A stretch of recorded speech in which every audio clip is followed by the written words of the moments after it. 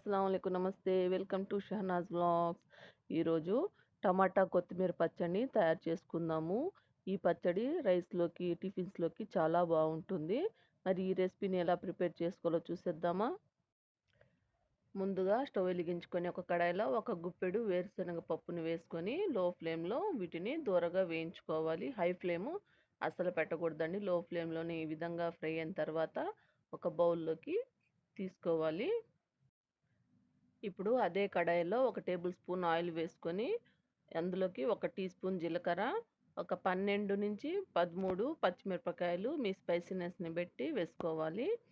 ఇక్కడ నేను పావు కిలో టమాటాలతో పచ్చడిని తయారు చేస్తున్నాను. ఈ పచ్చిమిరపకాయలు కూడా మీడియం ఫ్లేమ్‌లో పెట్టుకొని పచ్చిమిరపకాయల మీద ఈ తెల్లటి మచ్చ వచ్చే వరకు మనము వేయించుకోవాలి. తర్వాత ఒక పెద్ద గుప్పెడు కొత్తిమీరని నీట్‌గా వాష్ చేసుకొని వేసుకొని మీడియం ఫ్లేమ్‌లోనే పెట్టుకొని ఈ విధంగా కలుపుతూ ఉంటే కొత్తిమీర సగానికి సగం అయిపోతుంది.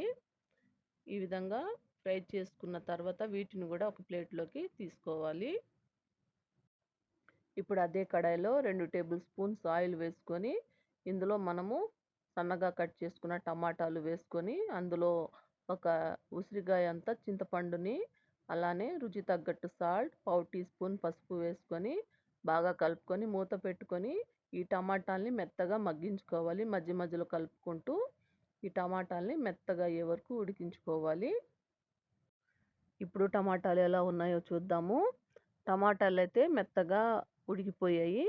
ఈ టమాటాలో వచ్చిన నీళ్లు పూర్తిగా ఇంకే వరకు కాకుండా కొద్దిగా ఈ విధంగా లూజ్‌గా ఉన్నప్పుడే స్టవ్‌ని ఆఫ్ చేసేసి ఈ టమాటాల్ని పూర్తిగా చల్లార్చుకోవాలి. ఇప్పుడు ఒక మిక్సీ జార్ తీసుకొని మనం వేయించుకున్న వేరుశనగ పప్పుని తొక్కతో సహా వేసుకుంటున్నానండి. వేసుకొని కోర్స్‌గా గ్రైండ్ చేసుకోవాలి. చూడండి ఈ విధంగా కోర్స్‌గా గ్రైండ్ చేసుకోవాలి. ఇందులోకే మనము ఉడికించుకున్న కొత్తిమీర, పచ్చిమిరపకాయలను కూడా వేసుకోవాలి. కొత్తిమీర కాడలతో వేసుకున్నానండి నేను.